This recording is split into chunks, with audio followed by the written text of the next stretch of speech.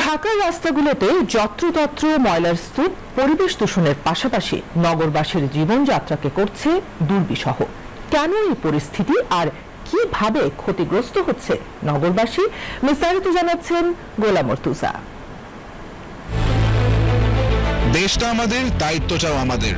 দেয়ালের এই লেখাটি স্মরণ করিয়ে দেয় জুলাই অভ্যুত্থানের পর নতুন করে দেশ সাজানোর প্রতিজ্ঞাকে।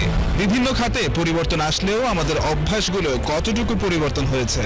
খোলা স্থান কিংবা চলতি পথে যত্র ময়লা ফেলার পুরনো অভ্যাস কি আদৌ পরিবর্তন হয়েছে?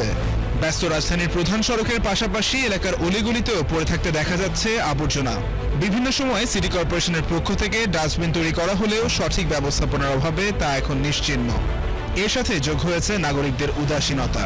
এই ময়লাগুলো দেখা গেছে এই বাড়ির থেকে অনেকে এখানে ফেলা দেয়, ওখানে ফেলা দেয়। যদি স্বচ্ছ জায়গায় ফেলায় তাহলে হয়তো সিটি কর্পোরেশন এসে গ্রামগুলো থেকে নিয়ে যেতে পারে। রাতের বেলা দেখে কাজগুলো করে যাচ্ছে, এটা দিনের বেলা সারাটা দিন থাকবে এখানে, এমনি রোদ বৃষ্টি কিচ্ছু নেই, তো দেখা যায় দুর্গন্ধ ছড়ায়।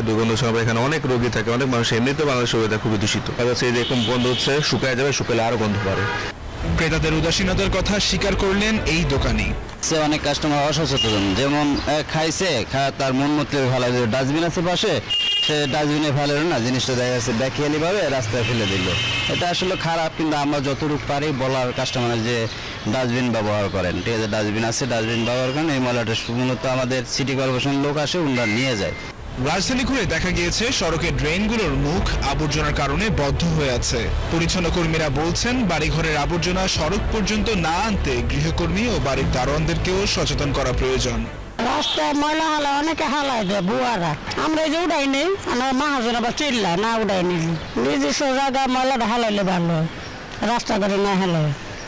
তবে ব্যতিক্রম চিত্রও রয়েছে, যেখানে সেখানে আবর্জনা ফেলা রোধে জনসচেতনতা প্রয়োজন বলে মনে করেন এই পথচারী।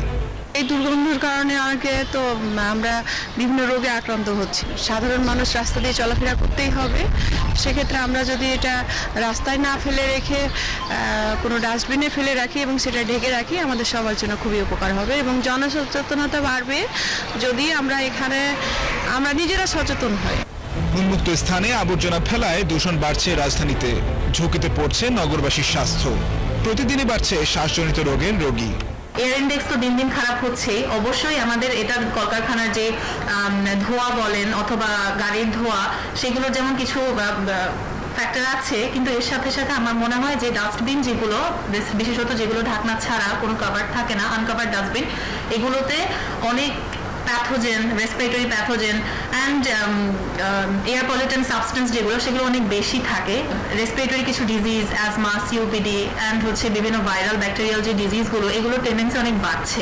আমরা যদি রাস্তাঘাটের যে ডাস্টবিনগুলো, এগুলো একটু ঢেকে রাখার ব্যবস্থা করতে পারি, আমাদের জন্য হেল্প হবে, আমাদের পেশেন্ট লোডে একটু কমবে। পার্সোনাল প্রোটেক্টিভ মেজার হিসেবে মাস্কটা আমরা সবাই যদি এখন রাস্তাঘাটে পরি, তাহলে আমাদের এই রেসপিরেটরি ডিজিজগুলো থেকে আমরা একটু সচেতন, বেঁচে থাকতে পারবো। নগরের পরিচ্ছন্নতার দায়িত্ব যেমন কর্তৃপক্ষের, একই সাথে দায়িত্ব নাগরিকদেরও। যত্রতত্র ময়লা না ফেলে ডাস্টবিনের সঠিক ব্যবহার করলেই ফিরে পাওয়া যাবে বুক ভরে শ্বাস নেওয়ার ঢাকা। গোলাম মর্তুজা, বিটিভি নিউজ।